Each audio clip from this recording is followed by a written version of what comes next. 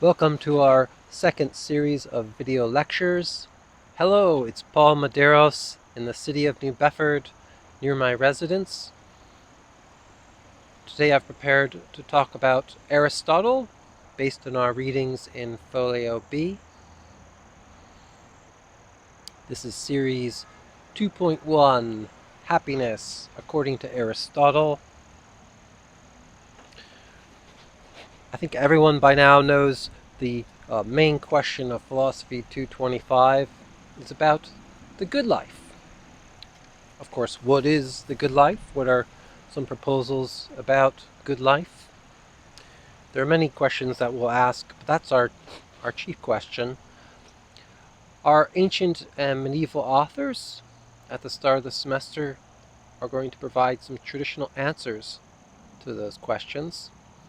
And they're also going to teach us new vocabulary terms. So our goal is to learn their proposals and to learn their vocabulary.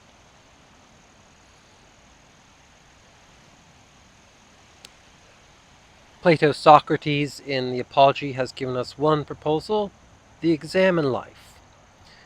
All of us ought to be testing our beliefs, our claims to knowledge, and notice that Socrates doesn't distinguish like different walks of life.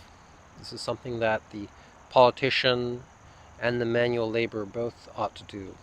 We ought to be testing our beliefs in intellectual conversations. Aristotle has a different proposal, which we'll call contemplative life. That's our topic for our second series of V lectures. As I mentioned last time, the Nicomachean Ethics is a collection of lectures Aristotle gave at some point in Athens at his school. And our readings for this week provide the first page of the Nicomachean Ethics, in our reading, page 3. And I'd like to read you there where Aristotle gives the overall goal of his book. He's talking here about what he calls the best good, or the good. And he says, "Surely knowledge of this good carries great weight for determining the best way of life. If we know it, we are more likely, like archers who have a target to aim at, to hit the right mark.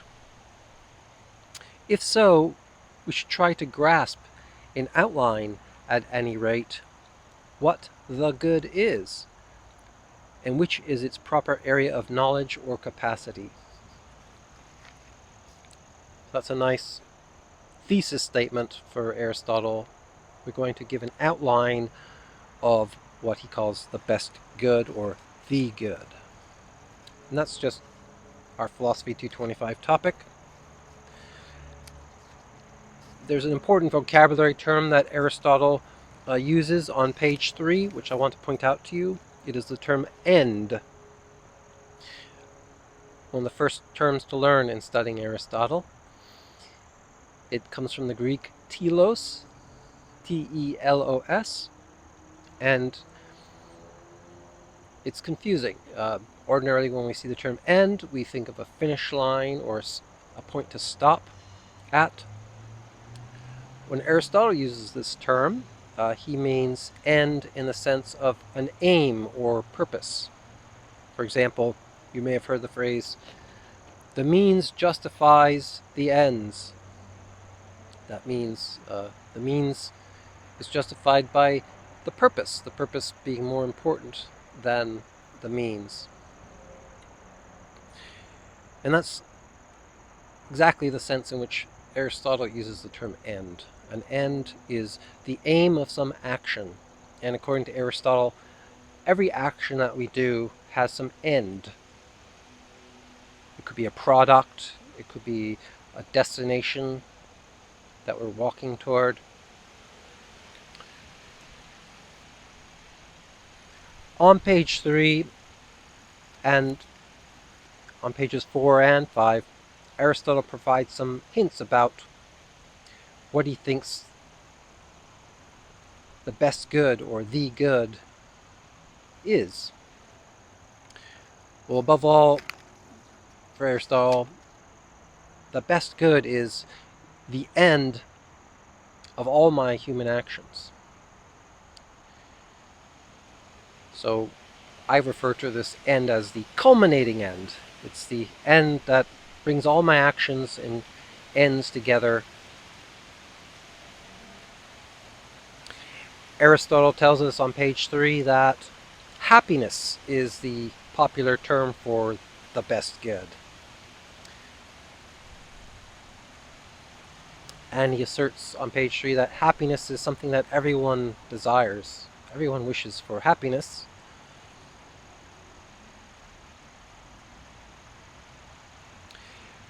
Aristotle hints that happiness, he thinks, is something that is self-sufficient. It's not something that can be dependent too much on the world or on other persons, on wealth, on longevity. And here's a really nice way of putting this insight for Aristotle. Happiness is something that can't be easily taken away from me. That's an insight he has about happiness. And that's one of the reasons why Aristotle rejects the political life as happiness. As Socrates shows us in the Apology, in the political life, our fortune can be drastically changed overnight. People doubt us or ascribe to us a bad reputation, and so our fortunes change overnight.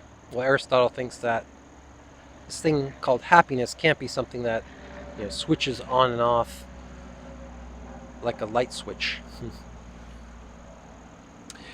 And one last hint about happiness that Aristotle mentions in our Folio B is the following.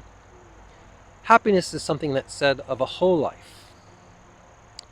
He doesn't mean happiness or being happy as we apply it to a human being, as a person. In other words, hi, are you happy today? Yes, I'm happy. I'm feeling happy. That's how we ordinarily use the term happy. It's something we ascribe to human persons. Well, Aristotle is talking about something that we would apply to a human life, something significantly greater than a human person. We're talking about a whole life and asking, what makes a whole life happy?